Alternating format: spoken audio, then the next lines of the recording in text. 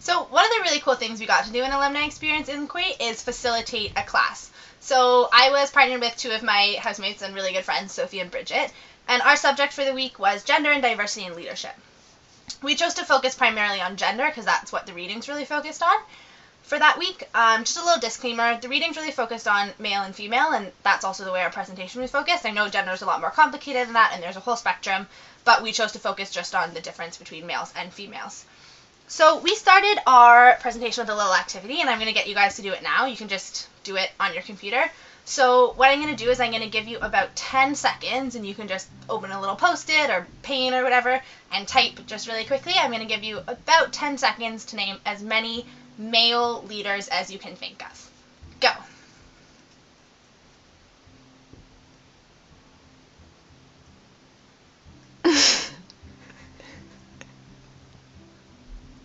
Alright, that's your time. Okay, so now what I'm going to have you do is the exact same thing. You're going to have 10 seconds again, same amount of time. But this time, I want you to think of as many female leaders as you can. Go.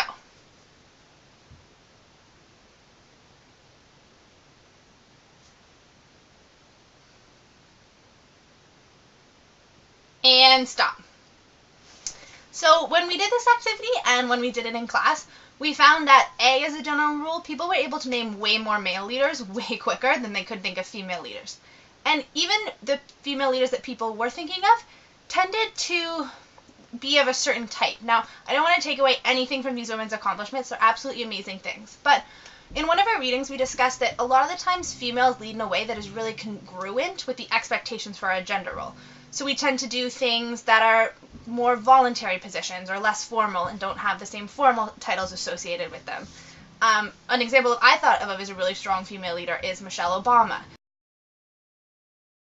And she's a wonderful woman and has done lots of incredible things. But she's not the president. She's the president's wife. And a lot of the leadership things she does is through charities and are things that she's involved with voluntarily. And on top of that, I know as much about Michelle Obama's workout regimen and her arms and the way she decorates and cooks as I do about the things that she does for our society. So it's really interesting to think about female leaders, how we perceive them, how many of them there are out there, and what kinds of things they're really famous for and what the media chooses to portray about those women. So after that, our presentation talked about the readings a little bit. I'm not going to go into that with you guys, but the last thing we did was case studies, and this was really interesting. I'm going to read you one of our case studies. So, Joe is 27 years old and expecting his first child with his partner. After graduating from McMaster University, he got a job working for Bell Canada in Toronto, where his family lives. Recently, a job opened in management in Calgary. What are the considerations that Joe would be making when deciding to apply for a job? Now what we did to kind of trick the class a little, we gave one group this situation and named the person Joe, and gave another group the same situation but named the person Jocelyn, and she was a woman. And we were looking at sort of what are the differences between how we would perceive men in their careers and women in their careers. And some interesting things came up that were also mentioned in our readings. So one is, women are much less likely to self-promote than men are. Women often get promotions because they're offered them, because they're working a lower level job in a company and they move up, whereas men are more likely to apply and sort of self-promote, which is really interesting. Another thing is that having a baby is often considered more of a woman's concern, and family dynamics are really a big reason why women aren't involved in careers. So that was the focus of our presentation. It was a really good experience. I really enjoyed doing it with Sophie and Bridget. They were awesome to work with.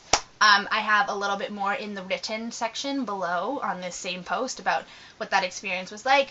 Basically, what we hope that our class got out of our presentation was to sort of think critically about the issues and examine their preconceptions on gender. And if you're watching this, I would encourage you to do the same. Just sort of take some time to think about if you do have these sort of preconceptions that you may or may not be aware of. And basically just be aware of those gender roles and other stereotypes when leading and interacting with other leaders in our society. Thanks, guys.